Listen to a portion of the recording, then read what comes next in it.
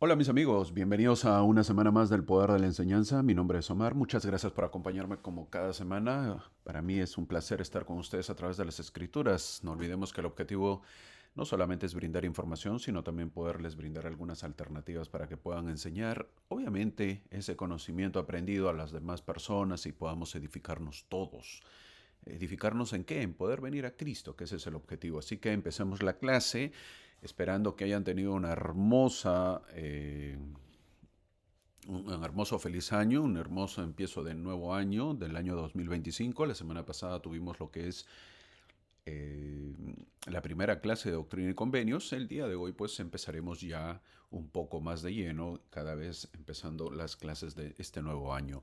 Como saben, vamos a estudiar lo que es Doctrina y Convenios, eh, un cuarto testamento de lo que son las escrituras para los santos de los últimos días. Nos corresponde lo que es del 6 de enero al 12 de enero, la segunda ya semana de enero. Estamos estudiando, como saben, para los que recién se unen o recién primera vez que nos ven, estamos estudiando lo que es el manual Ven, sígueme. Así se llama el manual Ven, sígueme de la Iglesia de Jesucristo de los Santos de los Últimos Días. Hoy día nos corresponde lo que es el episodio 2 y veremos lo que es Doctrina y Convenios, la abreviación DIC, Doctrina y Convenios, la sección 1. Eso es lo que corresponde el día de hoy. Para los que también se unen por primera vez, y este es el cuarto libro de las Escrituras de la Iglesia de Jesucristo que estamos analizando, estamos estudiándolo. Hemos empezado hace 4 años con el Antiguo Testamento, luego seguimos en el Nuevo Testamento, el año pasado estudiamos el Libro de Mormón y este año terminamos estudiando lo que es Doctrina y Convenios, que vienen a ser los 4 cánones de la Iglesia de Jesucristo. Así que espero que con ese conocimiento ya poco a poco, pues obviamente afiancemos nuestra fe, crezca nuestra fe, nuestro testimonio pueda aumentar en lo que es las escrituras y de esa manera nuestro amor hacia Jesucristo. Así que a empezar las clases, a empezar lo que es el estudio de este libro. El título de la clase del día de hoy es Escuchad, oh pueblos. Doctrina y Convenios, basado en Doctrina y Convenios, capítulo 1, versículo 1. Escuchad, oh pueblo de mi iglesia, dice la voz de aquel que mora en las alturas y cuyos ojos están sobre todos los hombres. Sí, de cierto digo, escuchad, pueblos lejanos, y vosotros los que estáis sobre las islas del mar, oíd juntamente. Fin del versículo. Así empieza este libro y obviamente el título de la clase está Escuchad, oh pueblo. Así empieza Doctrina y Convenios hablando el Señor, escuchad, oh pueblo, y a quién debemos oír o escuchar, es decir, al Señor, a su Espíritu y a sus líderes también. Tenemos que ser oidores de la palabra que nos dan a través de la revelación. Mi amigo, prepárate con este libro de doctrina y convenios. Ahora sí es la historia actual, la de nosotros. Hemos estudiado, como ya mencioné, los otros libros que son de historias de otros pueblos, de hace años. Pero Doctrina y Convenios sí habla ya de nuestra época, de los años 1800, obviamente que ya nos corresponde. Esta es la única iglesia donde estudiamos las escrituras antiguas y ahora estudiaremos las escrituras modernas porque es de nuestra época. Conoceremos mucha doctrina y de lo que tenemos que hacer ahora, en estos años, en este tiempo. Conoceremos mucha historia de la iglesia. Quizás me preguntes, pero hermano, en tal libro dice esto u otra cosa y quizás sea verdad, pero no voy a poder abarcar yo todos los temas, mi amigo. Es muy extenso la historia de la iglesia y no voy a poder poner toda la historia de la iglesia, pero déjame decirte que pondré la mayoría y la que te ayude o la que te pueda ayudar para que conozcas la verdad, te guste o no te guste. Esta iglesia no es mía, es la iglesia del Señor y el Señor sabe y determina como guía su iglesia. Conoceremos la verdad y nosotros debemos estar en la disposición de saber qué es verdad y será preguntándole a Dios. Es la única manera y la única forma de conocer la verdad. Así que a empezar la clase y tal como vemos la imagen que vemos a la primera presidencia que está formada por el presidente Nelson, el presidente Oaks, que viene a ser su primer consejero, que está a su mano derecha, y a su mano izquierda está el elder Henry B. Eyre, que viene a ser su segundo consejero, y a los lados, obviamente sentados y parados, están lo que son el quórum de los 12 apóstoles. Esta foto está tomada, me parece, en el templo de Roma, porque hay una escultura de atrás, como ven, la escultura de Jesucristo, obviamente, y en la parte de atrás también se ve una representación de los 12 apóstoles, tanto Jesucristo con sus 12 apóstoles, pero en estos tiempos se le ve al profeta con la primera presidencia del Cuerón de los Dos. Hermosa foto, semejando pues que tan igual como estaban antes, lo está ahora. Y eso está, ojo, en el templo de Roma, en el templo de la iglesia de Jesucristo de los Santos de los Últimos Días, en la ciudad de Roma, que viene a ser el país de Italia en Europa. Muy bien. Así que escuchad, oh pueblo, escuchemos a nuestros líderes y de eso aprenderemos el día de hoy en la sección 1. Una sola sección para empezar la clase y el año. Así que muy fácil de poder leer, pero no indica que no haya mucho por aprender, sino al contrario, ya lo verás. Esta está muy enriquecedora y todas las lecciones o las clases son pequeñas, pero hay mucha historia detrás como para poder ir conociendo. Agradezco a todos los que se suscriben cada semana, a los que le dan like, a los que le dan dislike, que viene a ser no me gusta o sí me gusta. Aquí hay libertad, como siempre les he dicho a los que por primera vez me siguen, pongan sus comentarios, si les agrada o no les agrada, o que les gustó o que no les gustó. Siempre son bienvenidos, obviamente siempre con respeto. Yo les agradezco porque siempre tratan ustedes de ser respetuosos. Hay cosas que a veces de repente no les gusta, pero está bien.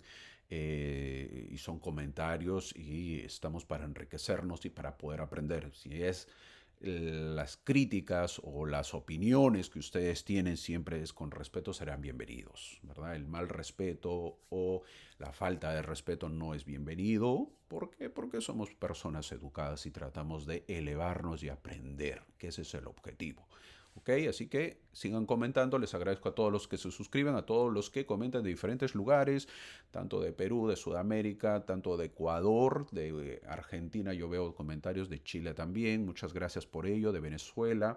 Veo de Centroamérica, de México siempre nos acompaña. La gente de Centroamérica y la gente de Estados Unidos también en la parte latina. Muchas gracias por ello. Así que empezar a estudiar este libro. La primera sección de Doctrina y Convenios no está colocada cronológicamente.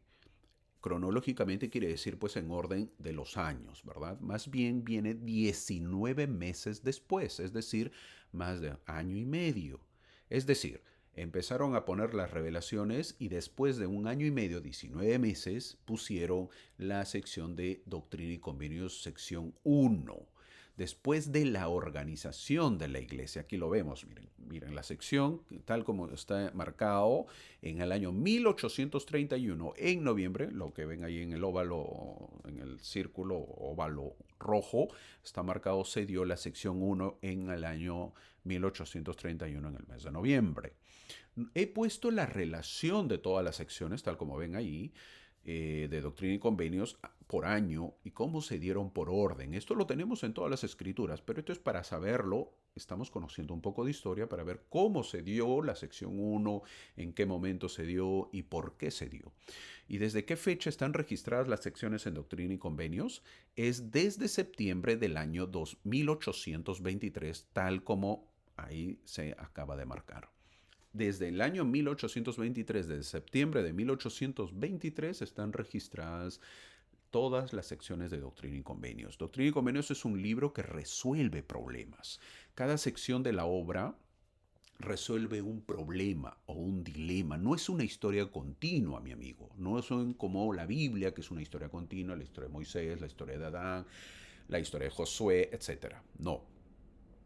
No es como el Nuevo Testamento, también como es la historia de Jesús, la vida de Cristo y de sus apóstoles. No, no es como el libro de Mormón, que es la historia de Nefi, cuando vino de Jerusalén, vino a las Américas, cómo se estableció y la pelea. No es así. Doctrina y Convenios es verdad que es una historia, pero resuelve problemas. ¿Los problemas de quién? De los pioneros prácticamente.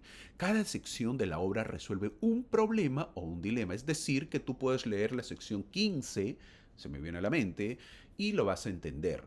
Es más, también puedes leer la sección 89 y lo vas a entender. Mañana lees la sección 13 y lo vuelves a entender, la sección 1 y lo vuelves a entender. Es decir, que se puede leer de diversas maneras y son entendibles.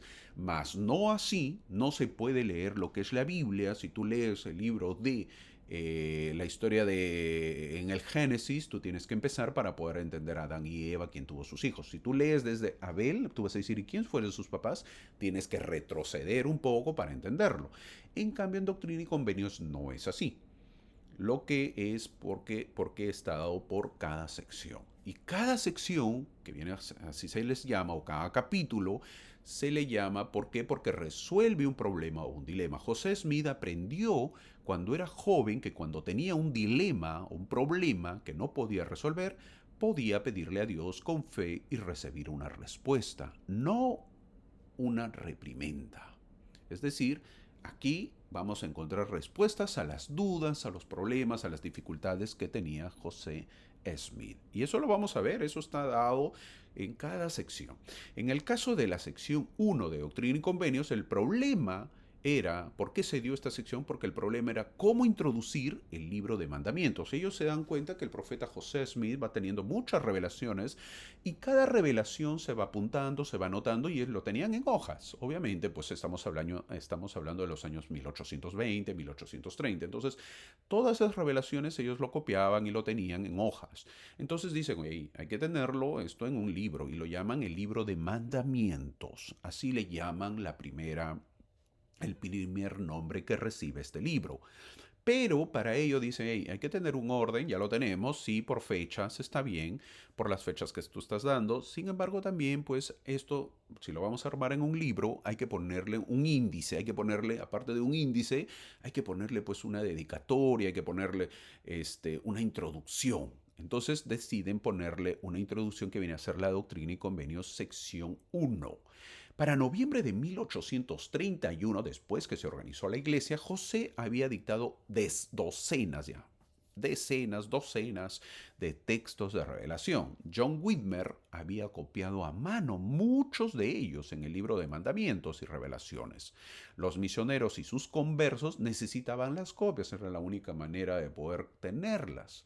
Entonces, ¿cómo lo ibas a tener? Una copia. Había dado una revelación el profeta José Smith, lo había copiado sus escribas como John Whitmer, y ellos decían, hey, pero yo estoy aquí, yo quiero saber qué dijo. Entonces le daban una copia y así se pasaban. Entonces, obviamente que había mucho falta de distribución de ello, de distribución de las revelaciones que el profeta recibía. Por lo tanto, José reunió un grupo de élderes en la casa de los Johnson en Hiram, Ohio, y juntos decidieron publicar las revelaciones en un libro que se llamaría el Libro de los Mandamientos. La sección 1, que vamos a ver el día de hoy, se da en noviembre de 1831. La ocasión o el motivo fue una conferencia de la iglesia que trataba sobre la necesidad de recopilar las revelaciones. Eso lo dice en el prefacio que se está marcando. Entonces, ya vemos, ¿por qué se dio la sección 1? Primero, porque necesitaban tener, obviamente, el, lo que iba a ser la primera sección del libro de los mandamientos, porque así se llamaba. ¿Cuándo se dio? En noviembre de 1831. ¿Y de qué iba a tratar? Iba a tratar de la recopilación de todas estas revelaciones, dadas al profeta, obviamente. La respuesta fue un mensaje de Jehová hasta los confines de la tierra. Inicialmente el profeta no registró sus revelaciones en el momento en que las recibió, pero el Señor le instruyó en julio de 1830 que seguiría invocando a Dios en su nombre y escribiendo las cosas que le serían dadas. José inmediatamente comenzó a copiar y arreglar las revelaciones. Obviamente estaba en desorden, las comenzó a arreglar, recibidas hasta ese momento, evidentemente con vistas a su publicación en forma de libro. ¿Ok? Ya se dio cuenta y dijo, por mandamiento, hey, todo lo que te estoy dictando, pues tienes que anotarlas, José. Y tienes que hacer un libro de eso, ¿para qué? Para que todos los santos lo conozcan, porque si no, ¿cómo van a conocer? ¿De qué sirve que yo te dé toda la revelación si se queda contigo, o con dos, o con tres personas nada más? No, la iglesia está empezando, está creciendo, entonces toda la gente tiene que conocerlo y eso será a través de un libro que se van a ordenar o poner en el libro de revelaciones. Parley P. Pratt o Parley Pratt, que estaba presente cuando se dieron varias de estas comunicaciones divinas, describió cómo las recibió el profeta. Él dijo lo siguiente, lo voy a leer textualmente. Cada frase fue pronunciada lentamente y muy distintivamente y con una pausa entre cada una, lo suficientemente larga como para ser registrada por un escritor ordinario.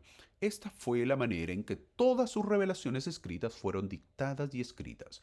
Nunca hubo ninguna vacilación, revisión o lectura de nuevo, con el fin de mantener el rumbo del tema. De las revelaciones registradas en Doctrina y Convenios, unas 37 secciones, que viene a ser más de un cuarto del total, fueron recibidas solo durante 1831, tal como vemos en el cuadro que se ha marcado.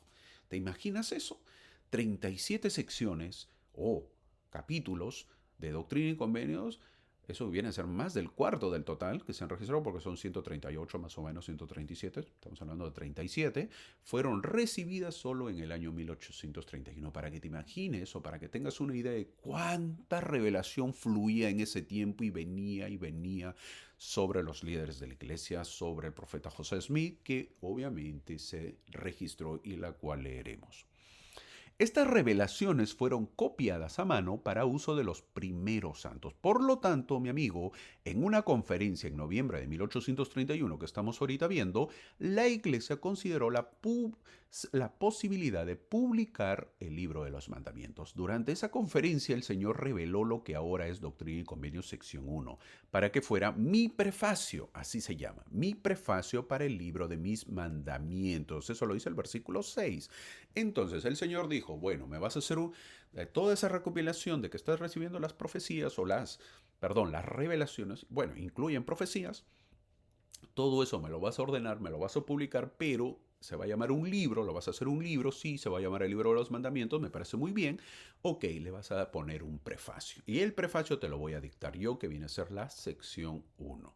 Entonces, todo libro necesita un prefacio para guiar a los lectores y decirles lo que el autor pretende. ¿Y quién iba a ser el autor? Nada más y nada menos que Jehová, que le está dictando al profeta José Smith. William McLellin, por cierto, al final de la clase voy a dar un poco de historia acerca de este hombre. Ahorita solamente créeme acerca de este hombre que te estoy hablando, de William McLellin, así se llamaba. Es uno de los participantes de la conferencia que estaban dando, que tenían reunión para dar el prefacio de la sección 1, dio un relato más detallado de la producción del prefacio 50 años después a William Kelly. Él, una vez más, William McLellin, le da un relato después de 50 años a William Kelly. Eran tocayos de nombre, del mismo nombre, pero diferente apellido. Uno era McLellin, que había estado presente. Le cuenta a William Kelly de lo sucedido. Un elder de la iglesia reorganizada de Jesucristo de los Santos de los Últimos Días, es decir, no pertenecía a la misma iglesia. William McKelly pertenecía a la iglesia y le dicta a William Kelly que no pertenecía a la iglesia. Le dice, según el relato de Kelly de la conversación, McLellin dijo que a él, a Sidney Rigdon y a Oliver Cowdery se les había dado la tarea de escribir el prefacio del libro de mandamientos. Es decir, primero, antes que nada, hey, ¿vamos a hacer el libro de los mandamientos? Sí, pero hay que ponerle un prefacio. Sí. Bueno, el encargado iba a ser, ¿quién? Nada más que y nada menos Oliver Cowdery, Sidney Rigdon y William McLellin. Ellos eran los encargados, se les había dado la tarea de escribir el prefacio. Pero cuando presentaron su borrador a la conferencia lo rechazó. La conferencia de miembros que estaban reunidos, ellos presentan el prefacio y la conferencia lo rechazó. Y le pidió, los miembros de la conferencia le pidieron que José Smith pidiera al Señor un prefacio. Después de que José Smith y los ancianos se inclinaron en oración, José Smith, que estaba sentado junto a una ventana, dictó el prefacio por el Espíritu, mientras Sidney Rigdon servía de escriba. José, y eso lo cuenta William McLellin, José pronunciaba unas cuantas frases y Sidney las escribía, dijo. ¿Eso quién le dijo? William McLellin le dijo a William Kelly. Luego, sigue diciendo, luego las leía en voz alta y si estaban correctas, entonces José seguía y pronunciaba más. De esta manera se dio el prefacio. Está contando cómo se dio el prefacio. Miren la importancia de cómo lo narran y cómo se recibe una revelación, ¿verdad? Y cómo el escriba está anotándolo y cómo José se asegura de si está copiándolo bien, si lo está anotando bien, luego le pide que lo lea. En este punto, William McLellin expresó algunas preocupaciones sobre la redacción de las revelaciones del profeta. Es decir, no le gustó que ellos, que habían preparado, y la gente lo rechazase. Y luego el profeta pueda poner pues el prefacio. O sea, hicimos el trabajo por las puras y bueno, el pueblo en la membresía lo rechazó, viene el profeta y obviamente pues recibe la revelación y da el prefacio. Eso no le gustó a William McLellin, ¿no? Todo el trabajo que hicimos. En respuesta, el Señor emitió el desafío citado en Doctrina y Convenios, sección 67, los versículos del 5 al 8, que lo estoy poniendo, que lo voy a leer. Y dice, vuestros ojos han estado, eso es la respuesta que da el Señor a William McLellin, obviamente a todo ese grupo que estaba en desacuerdo, pues, y nosotros hicimos el prefacio, pero no es justo que pues, la membresía lo rechace. Vamos a ver lo que dijo el Señor en la sección 67, versículos 5 al 8. Dice, vuestros ojos han puesto sobre mi siervo José Smith, hijo, y su lenguaje y sus imperfecciones habéis conocido, y en vuestro corazón habéis procurado conocimiento para poder expresaros en un lenguaje superior al suyo. Esto también lo sabéis. Ahora, escoged del libro de mandamientos el menor de entre ellos, y nombrad al que de vosotros sea el más sabio. Y si hay entre vosotros alguien que pueda ser uno semejante, entonces sois justificados al decir que no sabéis que son verdaderos. Mas si no podéis hacer uno semejante, estáis bajo condenación si no testificáis que son verdaderos. Fin del versículo. Después de que se recibiera lo anterior, estos versículos, escribió José en su historia, William McLellin, como el hombre más sabio, en su propia opinión, teniendo más aprendizaje que sentido. Se esforzó por escribir un mandamiento como uno de los más pequeños del Señor, pero fracasó. Era una responsabilidad terrible escribir en el nombre del Señor, dijo. Los élderes y todos los presentes que fueron testigos de este vano intento de un hombre de imitar el lenguaje de Jesucristo, ¿qué hicieron? Renovaron su fe en la plenitud del Evangelio y en la verdad de los mandamientos y revelaciones que el Señor había dado a la iglesia a través de sus profetas. Eso está registrado en la historia de la iglesia en el tomo 1, 226. Así se cuenta, por si acaso, si saben, les voy comentando, existen la historia de la iglesia, toda la historia de la iglesia, bueno, ya está antigua, ya está de hace años, me parece que son 12 tomos, están en inglés y ustedes pueden agarrar el primer tomo y está cada versículo, bueno, son largos para entenderlo, para ubicarlo. Entonces, si quieres, ¿dónde está lo que yo te mencioné? No te voy a mencionar todo lo que estoy narrando porque me va a tomar mucho tiempo, pero más o menos para que tengas una idea, por ejemplo, esto que te estoy contando está en la historia de la iglesia, tomo 1, 226. En consecuencia, la conferencia decidió imprimir varios miles de copias de las revelaciones. Parece fácil, ¿verdad? Con todo el respeto, a veces me río yo de los que critican a la iglesia o al profeta porque parece fácil dar una revelación. Pero a ver, pues hazlo y verás si es fácil. Para mí es incomprensible, mi amigo, como un hombre como José Smith, para mí, estoy hablando de título personal, para mí es incomprensible como un hombre como José Smith, que no tenía instrucción, así les duele a las personas decirlo, pues no lo tenía, hay que saber conocer la verdad, era un hombre que no tenía mucha instrucción, pudo haber hecho todo esto. Yo me parece incomprensible para mí. ¿Cómo un hombre sin instrucción puede haber hecho todo esto? Porque yo que tengo un poquito de instrucción, me parece imposible hacerlo. Para mí es más fácil aceptar a José Smith y declarar que es un profeta de Dios. Para mí, sinceramente. A pesar que me es incomprensible, porque yo no lo entiendo cómo puede ser un hombre sin instrucción que haga todo esto. Eso mi mente no lo entiende. Mi sabiduría, la pequeña que tengo, no lo entiende. Por lo tanto, como no lo entiendo, tengo que aceptar que José Smith es nada más y nada menos un profeta de Dios. A mí me sale más fácil aceptarlo que criticarlo. No lo puedo criticar. ¿Cómo voy a criticar a un hombre que no tiene instrucción que ha hecho todo esto? ¿Por qué? Porque yo conozco con gente con mucha instrucción que no se puede hacer. Es imposible, es difícil hacer revelaciones. Hazlo pues, hazlo. Te quiero ver que hagas un libro como el libro de Mormón. Hazlo. Después que lo hagas, hablamos. No lo haces, no se puede, es complicado. Entonces para mí me es más fácil aceptarlo como profeta. No voy a ningunear a un hombre de Dios, yo, ni menospreciar lo que ha hecho. Para mí eso hace que José Smith sea un profeta y yo testifico de él. Sí, mi amigo, es más fácil hacerlo. Es más fácil creer que criticarlo.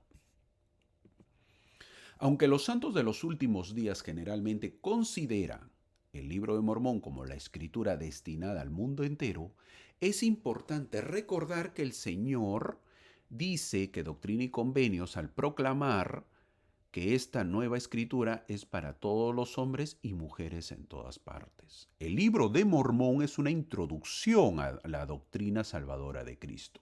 Doctrina y Convenios incluye esta doctrina, pero además enseña las complejidades de las obras del reino de Dios en la tierra. El presidente Benson, presidente de la iglesia en los años 80, 90, enseñó el libro de Mormón lleva a los hombres a Cristo.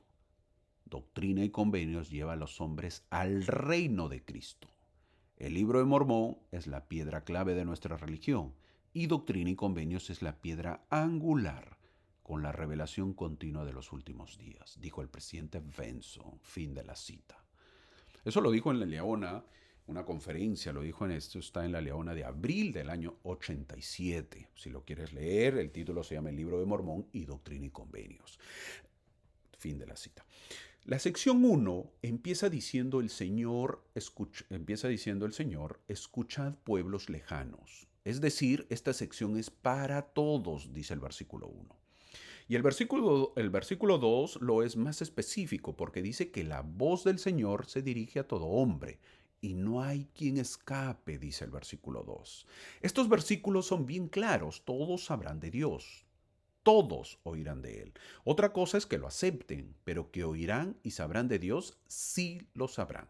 El versículo 3 dice que de los rebeldes se pregonarán sus iniquidades. Es decir, mira, estás escuchando, estás viendo, ya sabes de Dios, pero te resistes, es decir, te vuelves rebelde. Bueno, se pregonarán tus iniquidades, dice el versículo 3. Es decir, que se te dirá que sí sabías. No hay excusa, mi amigo.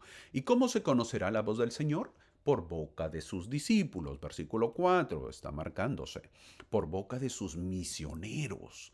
Ahora, imagínate predicar el Evangelio en esa época, donde los que conocían el Evangelio eran agricultores y tenían que dejar todo, incluso su familia, para ir a predicar a lugares desconocidos y con su propio dinero.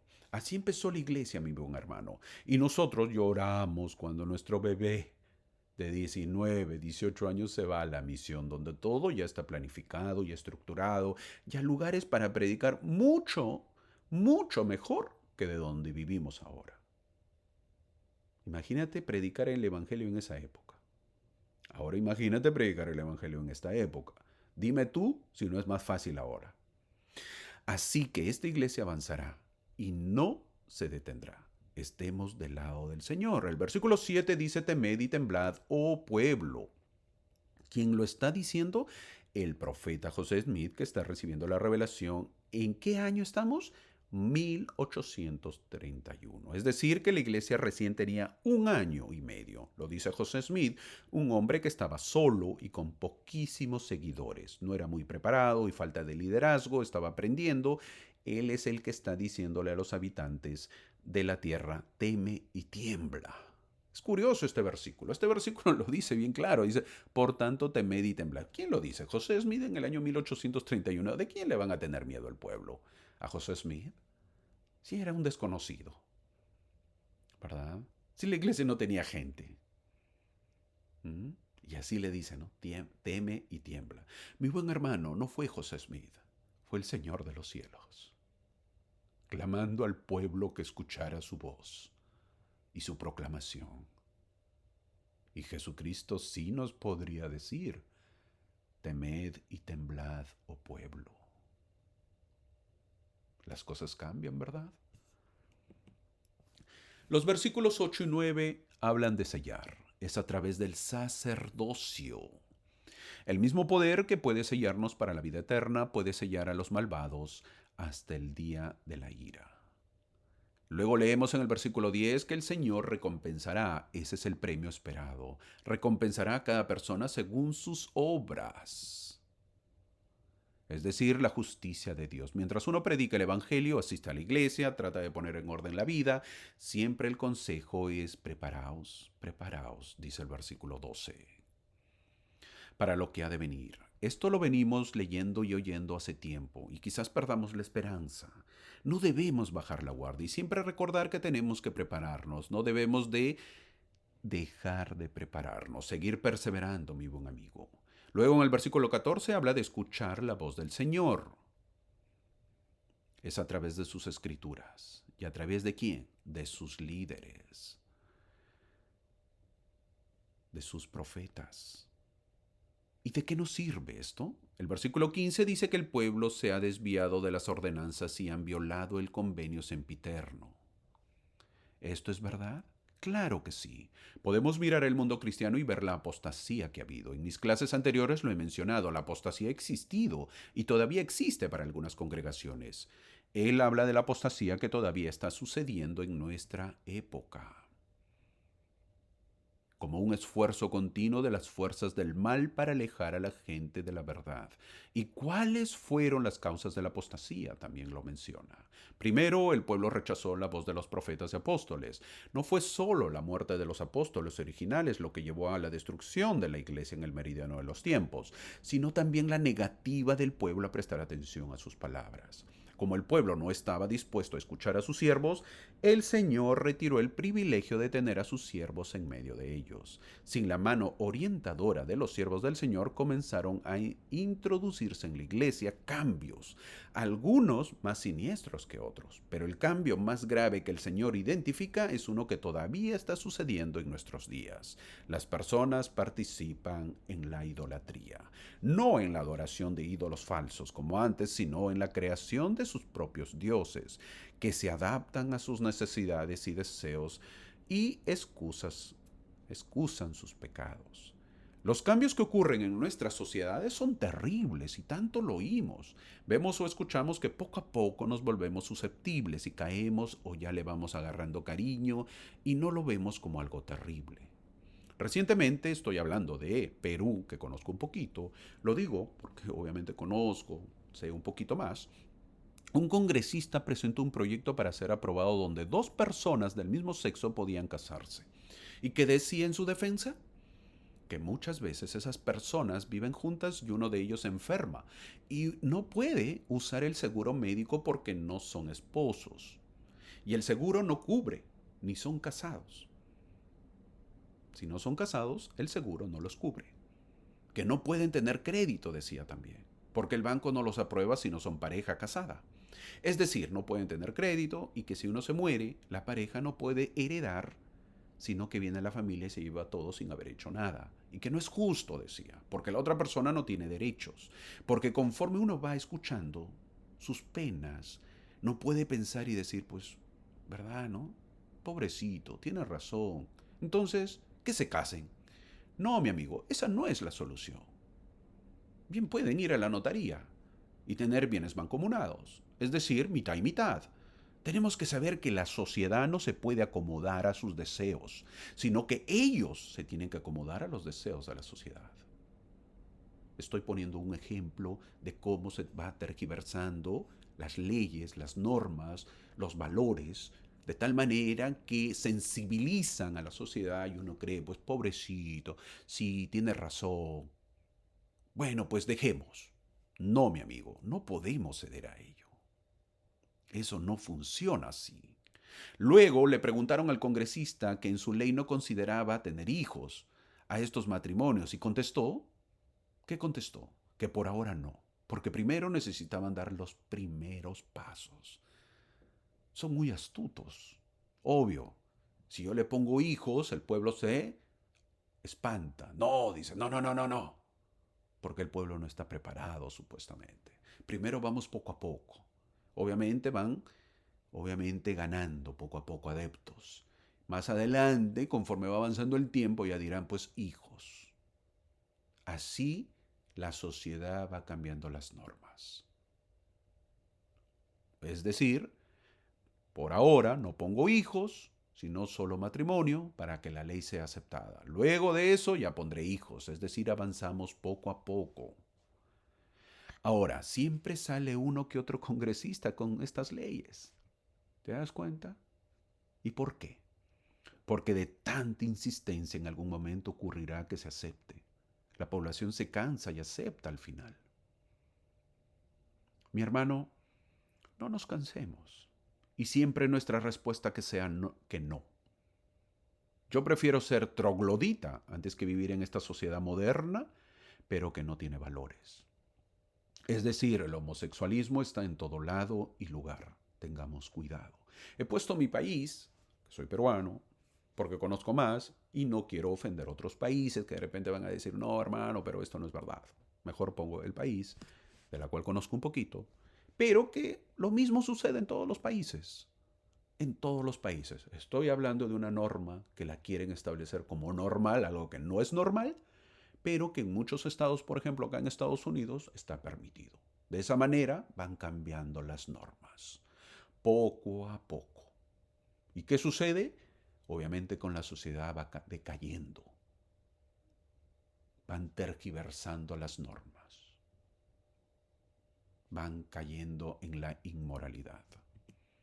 El versículo 16 también nos dice que todo hombre, versículo 16 que se está marcando, anda por su propio camino. Y hay una necesidad especial de considerar cuán peligroso pueden ser complacerse a sí mismo. El viaje de la vida consiste en buscar al Señor y reconocerlo como nuestro Dios, y aceptarlo y dejarse guiar por su mano, por sus líderes. Ante todo esto, ¿qué hacer? Bueno, el Señor proporciona una declaración para la obra de la restauración. Como parte de su plan de rescate, el Señor llamó y comisionó al profeta José Smith en el versículo 17. Le dio revelaciones y llamó a otros para que lo ayudaran a proclamar estas revelaciones al mundo. El Señor también habla de otras personas que ayudarán en este rescate, aquellos con autoridad que han seguido los pasos de José Smith, como quienes: Oliver Cowdery, Sidney Rigdon, Hiram Smith, Parley P. Pratt, Orson Pratt, y luego entre ellos también a Brigham Young, John Taylor, y luego llegando a Russell M. Nelson y otros profetas de los últimos días. Sobre ellos, sobre sus hombros, recae el mayor peso de llevar esta sociedad para que no decaiga en tanta inmoralidad. Luego dice que el Señor no necesitará de los grandes y poderosos, porque lo débil del mundo vendrá y abatirá lo fuerte y poderoso, dice en el versículo 19. Ahora, ¿entiendes por qué fue llamado José Smith? Sí, mi amigo, fue llamado el débil del mundo, un joven sin instrucción. No solo fue llamado para hablar, sino para traducir un libro de unas planchas, una obra complicadísima para nuestro entendimiento, y luego ser el profeta restaurador que al final pudo sellar con su sangre.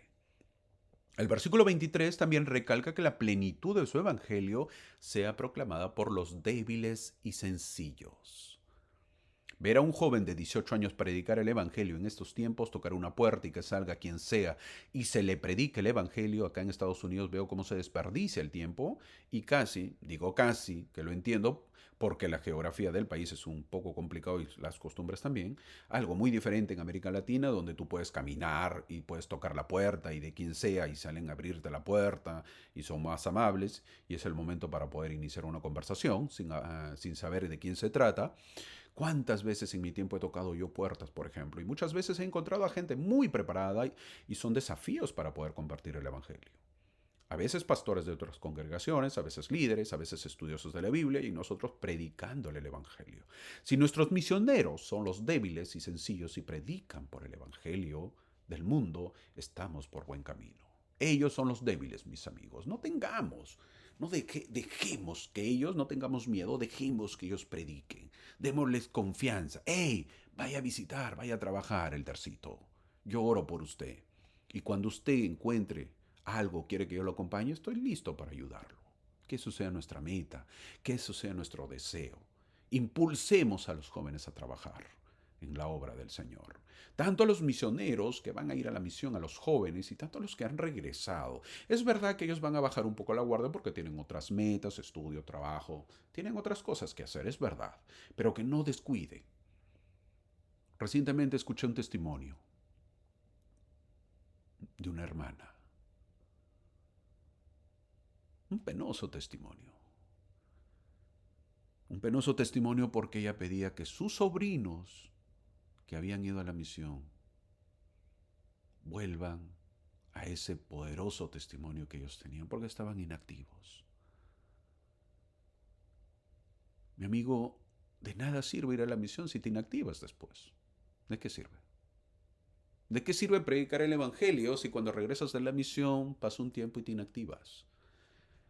Es verdad, hermano, pero hay que trabajar, hay que estudiar. Totalmente de acuerdo. Pero no te inactives tampoco, no llegues al otro extremo.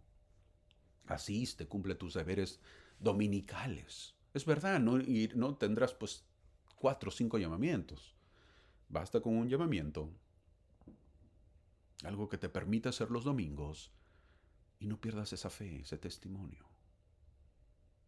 No podemos dejar que nuestros jóvenes, nuestros hijos o hijas que han ido a la misión, cuando regresen, se inactiven. No, mi amigo. No podemos dejar eso. No podemos dejar que toda esa preparación se pierda. El tiempo avanza y con el tiempo lo sufrirán. Jalémoslos. ¡Ey, ven para acá! Vamos a la iglesia nuevamente. Tú eres poderoso. Vamos, regresa. El Señor te necesita. Eso es un decir, porque más somos los que necesitamos nosotros del Señor. No esperemos pasar por pruebas difíciles, mi amigo. No esperemos caer en las profundidades y luego estar pidiendo, llorando, suplicando por un milagro. No esperemos estar en penas, tristezas y dolores y pedirle a Dios y regresar a su iglesia.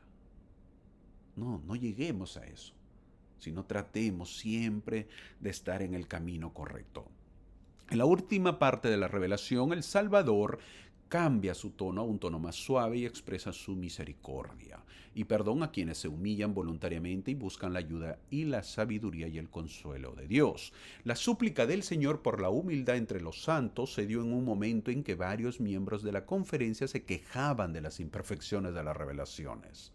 Ellos obviamente se quejaron de la imperfección de la revelación que habían dado pues estos hombres creyendo que en su sabiduría habían hecho lo correcto. Es decir, el Señor pone un alto y dice que el llamado a sus siervos, que Él ha llamado a sus siervos y no importa su manera de hablar y recalca que no son perfectos. El Señor les recuerda a la mano la obra anterior de José Smith de traducir el libro de Mormón y señala que el registro nefita se reveló mediante la misericordia y el poder de Dios, no mediante el poder del hombre, dice el versículo 29. También el Señor explicó cómo le había dado a José Smith el poder, la inspiración y la dirección del cielo para traducir el libro de Mormón y para sacar a la iglesia de la oscuridad y de las tinieblas, dice el versículo 30. A la única iglesia verdadera y viviente sobre la faz de toda la tierra. Sí, mi amigo, estamos en la iglesia verdadera. Siéntete feliz por eso. Algunos debimos haber hecho que conocemos. No sabemos qué hemos hecho porque conocemos la iglesia verdadera. ¿Qué habremos hecho en la vida preterrenal, verdad? Algo hicimos. Siéntete orgulloso de eso, siéntete feliz. Yo me pongo a pensar, ¿qué hubiese pasado si hubiera nacido en cualquier país del mundo, en cualquier familia, pero nunca hubiera conocido el Evangelio? ¿Qué sería de mi vida? Sin embargo, algo hice yo arriba, creo. Estoy seguro. Algo hice para nacer en una familia que de tal manera yo tuve la oportunidad de conocer el Evangelio. Algo hicimos, algo. Sí, porque estas son bendiciones, mi amigo. Algo debimos haber hecho que conocemos la iglesia verdadera, la iglesia de Jesucristo de los santos de los últimos días. Tienes que saber lo que es verdad, tienes que tener un testimonio de ello. Ahora, decir que la iglesia es la única iglesia verdadera no significa que los santos de los últimos días sean los únicos poseedores de toda la verdad sobre la tierra. Poseemos la verdad, pero no somos los únicos. Hay en el mundo muchas congregaciones que tienen un poco de verdad, pero no toda tampoco. En el versículo 30 dice que el Señor está bien complacido con la iglesia colectiva y no individualmente. Los santos son un pueblo imperfecto y procuran llegar a ser como Cristo mientras se acercan con buena voluntad a todas las personas. Todos estamos sujetos a las mismas debilidades, pecados y prejuicios que otras personas y continuamente se esfuerzan y fracasan, buscando la gracia del Señor como todos los demás deben hacerlo. Ante ello quizás estemos buscando excusas, pero el Señor es bien claro en el versículo 31. No puede considerar el pecado. Tenemos que enrumbar en otro camino. Tenemos que arrepentirnos, dice el versículo 32. También nos da la advertencia que la luz recibida puede apagarse si es que no nos arrepentimos.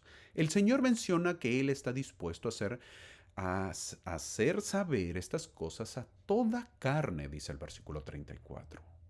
Es decir, no hay excepción de personas o razas. El versículo 35 lo recalca más. No hago acepción de personas. Es decir, que las razas son inventos de nosotros.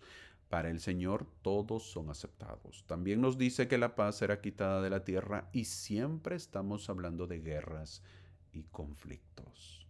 Es el deber de los miembros de esta iglesia familiarizarse con las revelaciones tal como han sido dadas y con los mandamientos tal como han sido enseñados en estas revelaciones, dice el versículo 37. Escudriñar estos mandamientos porque son verdaderos, dice el Señor. Esto ha sido presentado al pueblo y para que podamos conocer la verdad que nos hace libres. Y si las estudiamos, si las ponemos en práctica, si guardamos los mandamientos del Señor, conoceremos la verdad y no se formará contra nosotros ninguna arma que prospere. No habrá falsas doctrinas ni enseñanzas de hombres que nos engañen. En las palabras finales de la revelación, el Señor subraya uno de los temas importantes de Doctrina y Convenios. Sus siervos, aunque son hombres y mujeres imperfectos, reciben la autoridad para actuar en su nombre y llevar su mensaje a las naciones. Sea por mi propia voz o por la voz de mis siervos, es lo mismo, dice el versículo 38. No creo que los miembros de esta iglesia puedan estar en plena armonía con el Salvador sin sostener al profeta viviente en la tierra, el presidente de la iglesia. Si no sostenemos al profeta viviente, quien quiera que sea, moriremos espiritualmente. Si nos preguntan si creemos en los profetas del Antiguo Testamento, diremos que sí, pero nuestro profeta para nosotros o para mí es el presidente Nelson. Tenemos la bendición de vivir en un día en que los profetas y los apóstoles viven en la tierra. ¿Entendemos los miembros de la iglesia realmente la importancia de los mensajes hablados desde el púlpito en las sesiones de la conferencia general y otras reuniones especiales celebradas en el tabernáculo? ¿Entendemos la responsabilidad de escuchar la voz del Señor a través de la voz de sus siervos? Es como si el Señor estuviese hablando. Cuando José terminó de dictar y Signo Rigdon terminó de escribir, el profeta se resolvió. El libro de mandamientos ahora tenía un prefacio que estaba a la altura de la tarea de presentar las revelaciones del Señor de los últimos días. ¿Crees en eso? Estamos en el año 2025 y se dio el libro de mandamientos, ahora conocido como el libro de Doctrina y Convenios. El prefacio lo puso el Señor. ¿Crees, mi amigo? ¿O todavía tienes dudas? Si tienes dudas, pídele a Dios. Pídele a Dios conocer si estas cosas son verdades. Nunca te quedes con la duda. Para terminar, voy a tratar de dar un poco de historia, de la tanta historia que hay en la iglesia. No voy a terminar nunca, pues, si doy todo, ¿verdad? Si doy toda la historia porque es muchísima. Si gustas, toma nota. O si no, solamente que te sirva como información. La historia que doy está redactada y es fidedigna. Él es William McLellin. ¿Se acuerdan que les hablé al comienzo? Hay las 5 preguntas de William McLellin, se llama el título. Quizás más adelante en las clases vuelva a mencionar a este hombre en la historia. Lo voy a narrar un poco, es algo breve. A los 2 meses de su bautismo, el 20 de agosto de 1831, William McLellin un ex maestro de escuela, se involucró profundamente en la historia de la restauración. Después de su conversión, McLellan fue ordenado elder y predicó el evangelio con Hyrum Smith, hermano del profeta José Smith, durante unas semanas antes de viajar a Orange, Ohio, a fines de octubre para una conferencia general de la iglesia. McLellan anotó en su diario que fue en esta conferencia donde vio por primera vez al hermano José el Vidente, también a los hermanos Oliver, a los Cowdery, a John Whitmer y Sidney Rigdon y a muchos otros élderes.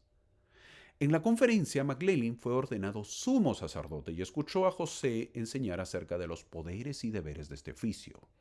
Él dice: asistí a esta conferencia y recibí mucha edificación espiritual y consuelo para mi corazón, declaró. Fin de la cita. En la sección Doctrina y Convenio 66, él dijo lo siguiente. Doctrina y Convenio 66, que lo veremos más adelante. Dijo lo siguiente para ir conociendo a este hombre. Después de la conferencia, McLellan viajó a Kirtland, y en el transcurso de su viaje se bajó de un gran tronco y me torcí el tobillo muy gravemente, tanto que le pidió a José que lo sanara. Puso sus manos sobre el tobillo, escribió McLellan en su diario, y sanó, aunque estaba muy hinchado y me dolía mucho. Apenas unos días después, McLellan decidió poner a prueba el llamamiento de José Smith. Después de ir a la casa de José, en Hiram, Ohio, el 29 de octubre, McLellan fui ante el Señor en secreto, y de rodillas le pedí que me revelara la respuesta a 5 preguntas por medio de su profeta, sin dejar que José supiera cuáles eran esas 5 preguntas. McLellan le pidió que le proporcionara la voluntad de Dios.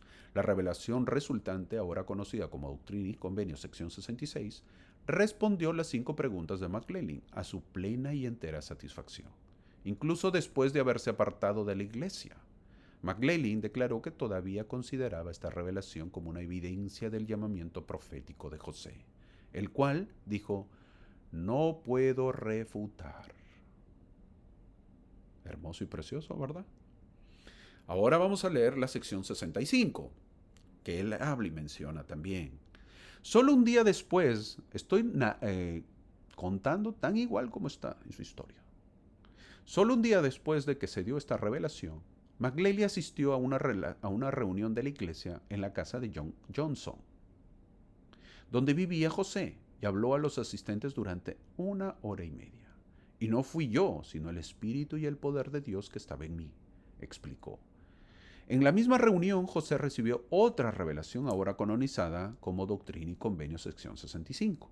La revelación proclamaba que las llaves del reino de Dios habían sido nuevamente entregadas al hombre sobre la tierra, y que el Evangelio rodaría hasta los confines de la tierra hasta que haya llenado toda la tierra.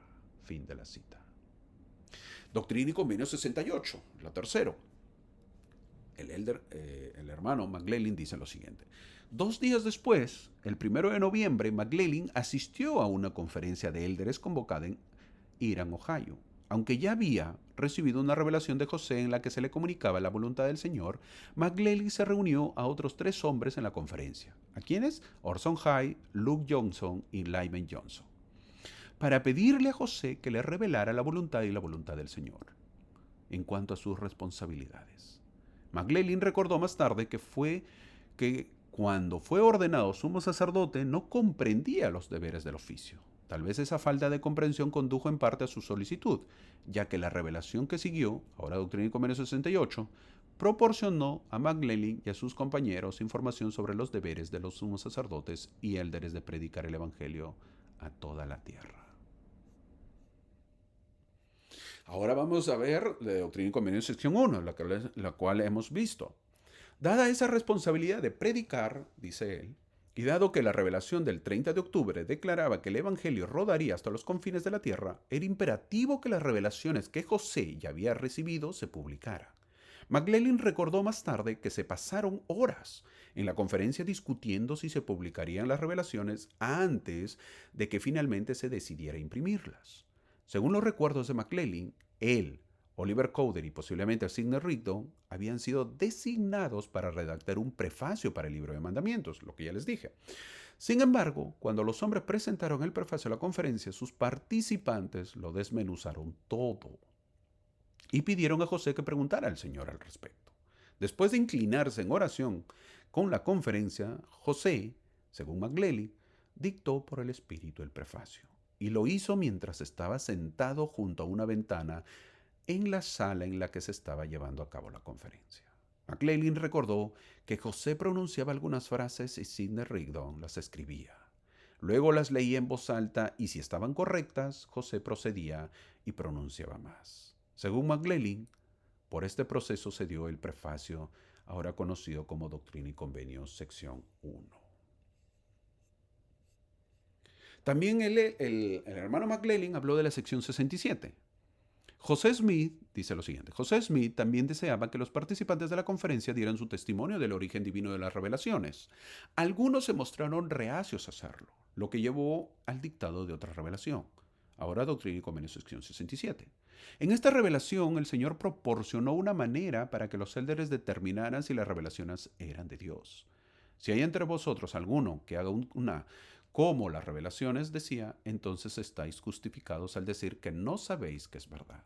Pero si nadie pudiera hacer una como esta, estáis bajo condenación si no reconocéis que es verdadera. Según un relato, McLellan se ofreció como voluntario para tratar de escribir su propia revelación, pero fracasó miserablemente. Posteriormente, McLellan, junto con otros asistentes a la conferencia, puso su nombre en un testimonio preparado por José, en el que se afirmaba que Dios ha dado testimonio a nuestras almas por medio del Espíritu Santo derramado sobre nosotros, de que estos mandamientos son dados por inspiración de Dios y son de provecho para todos los hombres y verdaderamente verdaderos.